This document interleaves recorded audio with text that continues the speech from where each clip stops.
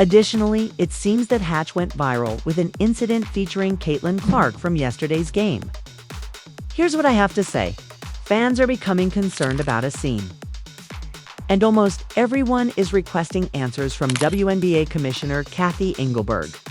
Now, gentlemen, let me show you this photo because it's ridiculous, bro. Just ridiculous, really. Was more than just a foul. There was more to it than a missed call. Ryan Howard shoved him hard, but the referees remained silent. No warning, no whistle, and no justice. Therefore, they were able to neutralize Caitlin Clark in a large degree. And I believe that their manhandling of Stephanie White was almost a problem. Early in that game, Caitlin Clark was being manhandled by them, as if they were holding her with two hands. They seemed completely engrossed in the "we're grabbing her and we don't really care" situation. That was their aim, as if they were. They were there with the intention of mauling Caitlin Clark. Their only goal was to maul Caitlin Clark. And they had no intention of doing anything else, as if they weren't there to engage in legitimate defense. Their purpose was to do as much mauling as they could to Caitlin Clark. And now the world can finally see what the WNBA attempted to ignore. Courtesy to a fan's phone camera.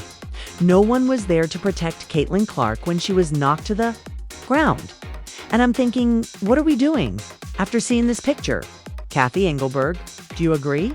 She emerged. That was only 2 weeks ago, or not that long ago. In this league, the referee is rather good. Which league? Which league permits this? What sort of move is Ryan Howard making toward Caitlin Clark?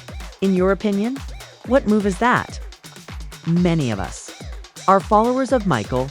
Given that Caitlin Clark is routinely let to experience this, how in the world is anyone expected to score? This defense, how the F? Is this the NFL or the WNBA? She wasn't just pushed once by Ryan Howard. The referee only watched as she kept her pinned down like a bodyguard. They seem to be referring to an entirely different sport. Fans worldwide are seeking answers at this point, including from WNBA Commissioner Cathy Engelberg. Since this isn't a singular occurrence, it's a part of an unsettling trend that's hard to ignore these days. Sophie Cunningham will take action when Clark is shoved and thrown to the ground during a game while teammates stand by and do nothing. As other players perform their media, a microphone is placed in front of them. Interviews, while repeating the same meaningless words that Stephanie White lies about. Sophie Cunningham is going to decline. 80% of the egregious fouls against Caitlin Clark this season have been committed by the Chicago Sky alone. Take a moment to process that. The same club was responsible for 4 of the 5 egregious hits. Not because it's women's basketball, but because it's a turn of phrase. I suggest that if everyone in the league can stop the pearl clutching for a minute, you would understand that this is the best thing that could ever happen to this league. And hear me out, back when Caitlin was in Iowa, I said this, and I felt that everyone was being too protective of her. I thought that a lot of that had to do with, oh, this little white girl in a black sport. And I thought, man, she is a badass and a trash talker and gives it as good as she gets it. And she is an object of scorn for good reason. She's fantastic. She exudes confidence. She has the ability to transform your home audience into a traveling one. She is a very annoying player. Keep it safe. This one player has been the target of 17% of all WNBA flagrant fouls. 17%. This indicates that Caitlin Clark has been the target of almost 1 out of every 5 of the league's most risky, unsportsmanlike plays. I'm not sure if you are aware of this. You don't miss much, so you probably do know you. According to Caitlin Clark, she has personally been called for 17% of the egregious fouls. She's been fouled literally. 70 on egregious infractions. 17% of them have opposed her directly. We discussed the matter involving Cheryl Swoop. We have discussed the ratings and the data. We have discussed the animosity that Caitlin Clark has been subjected to, not by the majority, not by everyone, but by far too many, to be honest. What would you want if you have your brothers going forward? considering the remainder of the WNBA season and the future of women's basketball. What would you need to happen for your wish to come true? Do you have the last say? The whistle seldom ever sounds after she's been elbowed, shoved, and grabbed from behind. Usually it happens after the game is over and is improved when it is no longer relevant. The hits are continuing unabated. All they're doing is discreetly clearing the evidence. And this game provided us with the most convincing evidence to yet. A defender was hovering over Clark's back as she was on her knees for a pass, according to fan footage. It was evident in her face. The fight, the frustration, and the tiredness to maintain composure.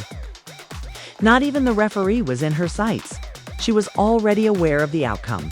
Nothing. The referees are sending a message in addition to missed calls. You can play with Caitlin Clark. Nevertheless, Clark keeps becoming better in spite of everything. Take a look at this. This was the situation, and the image that went viral is right here. Yes, buddy, this is the Kayla Clark season storybook. That's all I have to say. Take a look at this. This photo from the Fever vs. Scott game line, referring to the Fever vs. Dream game, was mentioned by someone. Watch Caitlin's expression as she passes the ball. Jay genuinely on her hands and knees. Her back is being hovered over by someone. 1 in 15 foul calls are missed, according to someone. This is absurd. And as you can see right here, the WNBA referees have a secret agenda against Caitlin. The Fever won by 17 points in the same game that she was shoved, battered, and ignored by officials. Their second half score of 59 was their highest in 7 years. Blue with 12 points, 9 assists, and total offensive control. Clark was the leader. She didn't reply with derogatory remarks. She didn't fail. She only changed her jersey and performed at a level that most people can't match. Fans are even more irritated because of this. The league possesses a player who broke attendance records, sold out arenas, and elevated the sport as a whole is a generational great. However, they are allowing her to be singled out as if she were an unidentified rookie. The head coach of the Fever, Stephanie White, finally expressed what everyone else has been considering. She described the officiating as terrible and added that Clark was treated with such disdain. She has had enough of referees acting as though they are calling a whole separate game. Sophie Cunningham and other veterans have had enough. This season, she was kicked out for speaking out against the league's inability to protect its biggest star after defending Clark. Sophie refers to it as bias, a season-long habit of carelessness, while other players repeat media-safe responses. This is the painful truth, though. Caitlin Clark is aware of the situation and is not trying to hide it. She was direct in a recent interview. Everyone seems to be physical with me. It's likely that they get away with things that other people don't. That isn't a viewpoint. Millions of people are witnessing that experienced reality. Why then are the referees doing nothing? Jealousy, they claim. It is considered punishment by some. It's an attempt to degrade the celebrity who gained too much notoriety too quickly. Some believe that officials' fear of calling fouls on players who are aiming for the game's most noticeable name is cowardice. However, this is the true cause of its hazard, since it's functioning like she's testing out for the NFL. Clark is being body-checked, grabbed from behind, and hacked off the ball. Hold on a second, this is not possible. This cannot be done to us. I managed to. Furthermore, I didn't believe I would ever do it. WNBA referees are the worst in sports. NFL fans are bleeping right now, huh? What? Last year, did you see the referees having a good time for the Chiefs again? Additionally, the NFL referees are dreadful. Okay. However, at least occasionally, it doesn't appear as though they're ignoring possible harm. Defenders like Jordan Canada, on the other hand, are getting away with murder while slaying Clark all night long and scoring 30 points. If you can't move, you can't run an attack. If your teammates are too afraid to defend you, you can't make highlight plays. Nevertheless, Clark simply continues. In terms of assists, she leads the league. She surpassed the rookie scoring benchmark. A triple-double was dropped by her. She broke the record for most assists in a single game. She is the most prolific three-point shooter in history. All the while, she is subjected to physical punishment each and every night. With bruises on her back, she is rewriting the history of the WNBA. Fans are furious because of that. Her star power is what the WNBA wants. They are interested in sponsoring her. They want her to represent women's rights. Athletics. But while she's being pushed to the hardwood, they won't do anything. Don't get me wrong, the fans are observing. It started as a fan-driven effort that forced the WNBA to face its own shortcomings after a fan caught Ryan Howard's shove, posted it online, and helped it go viral. Clark was not protected by the referees. The coaches remained silent. For the most part, the players were quiet. The fans, however, are finished. They've watched the video, screenshots have been made public, the fouls have been counted, the statistics are being monitored. They're asking for more now, because it won't simply be a foul that the league ignored if this continues. And Clark suffers major injuries. They will have ruined that heritage. What comes next then? Will the WNBA take over at last? Will referees face consequences? Will coaches no longer ignore this? Or, since one thing is certain, will the fans have to continue revealing the truth one clip at a time? Caitlin Clark can be shoved. She can be hacked. She cannot be stopped, no matter how hard you try to mute her. And she simply becomes stronger each time you attempt. If Jachi hadn't had such a terrible appearance, I wouldn't have thrown her. When that skanky little donkey dropped from the ugly tree, it struck each branch as it plummeted. After all, did she truly believe she'll possibly get away with sticking their heads out of the white mamba's eyes? How foolish are you?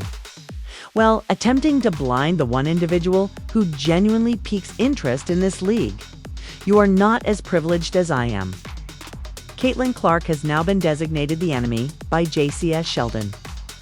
Imagine having millions of people despise you and you double down rather than offer an apology. What do you think? We haven't really asked you about the WNBA as a whole. The current situation, Caitlin, and this new age of women's basketball. I adore it. I believe it's because I enjoy competition. It's fantastic for the game, in my opinion. I believe that people think of us when they watch basketball and imagine the sport to be competitive, physical, and a touch chippy. However, I believe W2 be equally competitive, if not more so. Do you understand? JC Sheldon just did precisely that. Sheldon eventually spoke up after piercing Caitlin Clark's eye, receiving a fine, and rising to the position of most contentious player in the WNBA. It wasn't an apology, though. The shot was a warning. Sheldon's foul on Clark went viral 2 weeks ago. An eye injury, a $2,000 fine, and a flurry of criticism. What actually caused this to escalate? That was referred to as a blatant. She was not suspended by the WNBA. Clark did not strike back. The fans were incensed. Officially, that fuse has exploded now. What had happened to the chip? What kind of explanation did you receive for the technology you possess? I'll take the formal inquiries, I guess. The text she received had no explanation. I believe it was rather clear that something was going on, don't you think? This has been going on all season long. When the officials lose control of the game, when they let that kind of thing happen during the entire season. This game is not the only one. It has persisted throughout the season. This is what occurs, isn't it? This is the result. I take it that you have competitive ladies that are the finest in their field. Additionally, they will compete and support their teammates if you let them play physically and let these instances occur. Isn't that precisely what you expected? Tough competition, out of the blue. It's a rematch between the Connecticut Sun and the Indiana Fever. When things got out of hand, Clark declined to shake Sheldon's hand. Sheldon refused to back down and, following the last buzzer, she made her move with a terrifying bark that split the league in two. Perhaps she isn't cut out for this if she can't manage contact. How, therefore, did a harsh foul become the most poisonous rivalry in the WNBA? Caitlin Clark is being protected by JCS Sheldon, as you can see above. She gives her an eyeball swipe.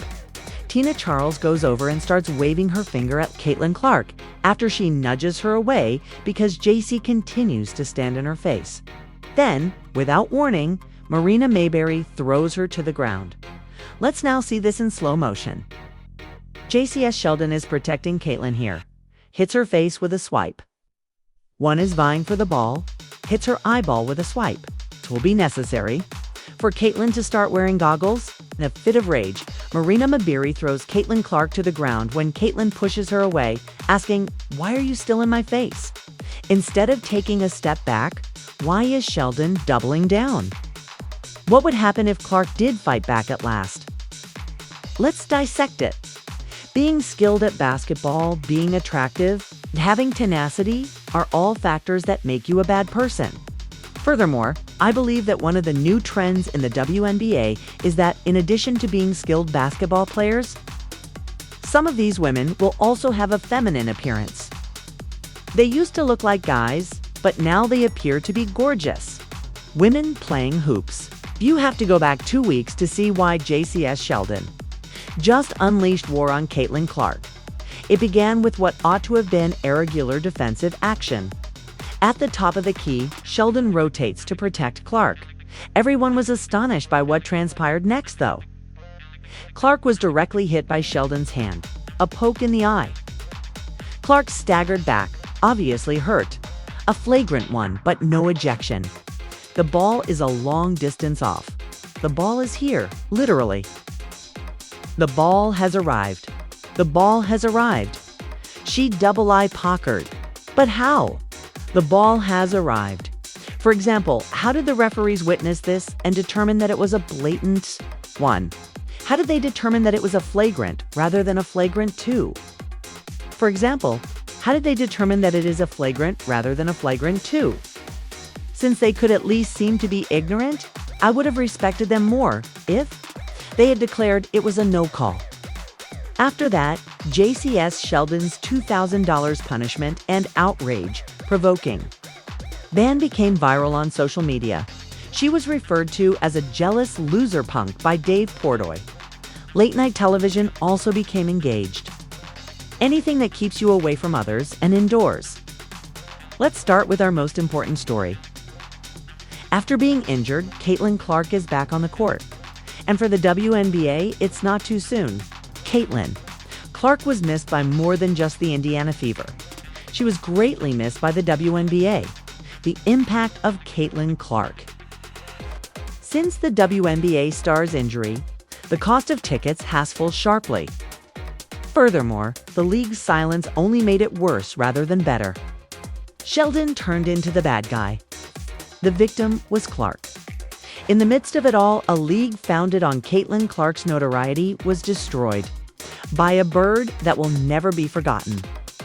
Therefore, this has always been the case where there have been and it is evident that Caitlin Clark is unique once more due to the variety of eyes, viewpoints, and her excellence. Yes, she is the best at what she does, due to her ability to score points, pass the ball, and shoot from a variety of angles. She has, consistently had the best college score of any player, male or female, throughout her career. Men don't do this very often. This is undoubtedly the first time we've seen a lady play like this. That's a significant portion of the WNBA, which is experiencing the same issue. Additionally, she is the ultimate competitor and underscore talker. Therefore, I believe she will benefit from it. I therefore enjoy it both ways. However, this is when things drastically changed. The rematch was scheduled for 2 weeks later. The Connecticut Sun and the Indiana Fever. Round 2, Sheldon versus Clark. It was electric energy. Wearing Protect Clark shirts, fans turned up. Every look they exchanged was captured on camera. Additionally, the first message was sent prior to tip-off. Sheldon's hand was not shaken by Clark. There was a buzz in the arena. There was a lot of stress. Additionally, from the first whistle, it was evident. It was more than a game. It was intimate. Sheldon engaged in physical play. Clark refused to give up. Sheldon was directly hit by a deep three-pointer from Clark in the third quarter. The follow-through was held by her. She looked down at her. Without a word, she jogged back in defense. It was freezing. It was intentional. It was Caitlin Clark's response to being treated disrespectfully for weeks. Sheldon wasn't finished, though. Reporters gathered around her after the game to inquire about the rematch, the tension, and of course, the foul. Was not a dodge for Sheldon. She didn't say sorry. She leaned in instead. Perhaps she isn't cut out for this if she can't manage contact. The statement was more impactful than the foul. It wasn't merely a criticism of Clark's fortitude. Her position in the league was directly challenged. The fans lost it. The WNBA's following headline was, "This is war. Sheldon is out for blood." Another tweet read, "She's not just fouling Clark, she's trying to end her career." Sheldon proclaimed war. She hasn't even spoken. Clark. In the meantime, the gap is widening. Sheldon is being defended by certain teammates, claiming that she doesn't deserve the criticism and that she plays hard. Others, such as Marina Maber, appreciate tweets about holding Clark accountable but remain mute. Conversely, Clark's teammates are incensed. They're making her the target again. A Fever player was heard saying, "So, when Caitlin Clark was destroyed? Last week, or really a few days ago, her girl Sophie defended her. And this was the most incredible beast mode thing I've ever seen a woman do in WNBA history." Respectfully speaking, I adore Clark, Caitlin. She exhibited some conduct reminiscent of LeBron James. Every moment someone touches LeBron James, he physically flops. Additionally, I believe Caitlin Clark is kind of a failure. Legends who have retired are also contributing. The league needs rivalries, but not this kind, according to Lisa Leslie. We cannot ignore the contributions Caitlin Clark has made too. The women's game, and I believe it's all about money marketing. I will not pretend that it's something that is invisible to us. The Caitlin Clark effect is one of her most notable effects. Indeed, have teams ever had to enter bigger stadia in order to play another team? No, we haven't. Therefore, why would we feel a certain way of Caitlin? Clark brought that to the game and we had more eyes on it. It has more television games as a result. We must realize that when one player eats, we all eat, in my opinion. Additionally, when we all have more opportunities, it simply makes it available to everyone else. And in certain interviews, I believe Caitlin has even stated that, and I adore that. She's not the type of player who thinks it's all about her. I adore that. She is honoring and showing love to those of us who came before her. Caitlin is being hated by Swincash, who tweeted, "Protect the stars or lose the fans." That is untrue, as everyone who follows the league or players knows. However, as someone who comprehends life but is now gone, why do these things start to exist in the WZcosphere? It exists because it is a microcosm of our current society. With some individuals finding it quite divisive around Caitlin Clark, a fantastic player who is, white. Before Caitlin, there was a narrative about large black women who were excessively aggressive, tattooed, and had tattoos.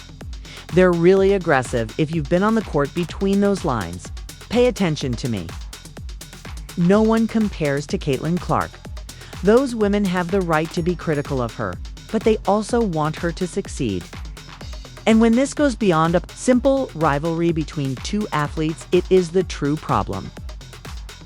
The league's essence is at stake in this power war.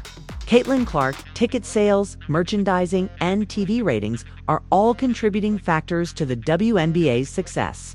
She is earning millions of dollars. The league is currently at a turning point. In the sake of competitiveness, do they defend their golden goose or allow the mayhem to carry on? This is what makes it so risky. Both are essential to the WNBA. Although JCS Sheldon just emerged as the league's greatest villain, Caitlin Clark remains its biggest star. She is daring, unrepentant, and fierce. She doesn't mind taking on a villainous role. And the views increase each time she does. Record-breaking numbers watched the rematch. Millions of people viewed the highlights. Fans began taking sides in comment sections. Sheldon is suddenly a must-watch television show, whether you like her or not. The league's success depends on narratives, like as this: Bird versus Magic, Steph versus LeBron, Clark versus Sheldon. Now, here's the reality though. It's more than just a rivalry. It's a power struggle. The WNBA could lose Clark if they allow Sheldon to have too much fun. However, they would lose the drama and edge that keeps people interested if they quiet Sheldon. The league is currently on thin ice because JCS Sheldon did more than simply foul Clark. She activated the microphone. She simply declared war, glaring directly into the cameras and saying, "Let's go." The WNBA won't be the same after Clark responds, even though she hasn't done so yet. Which side do you support? Leave a comment below. Click, like, and subscribe. This conflict is just getting bigger.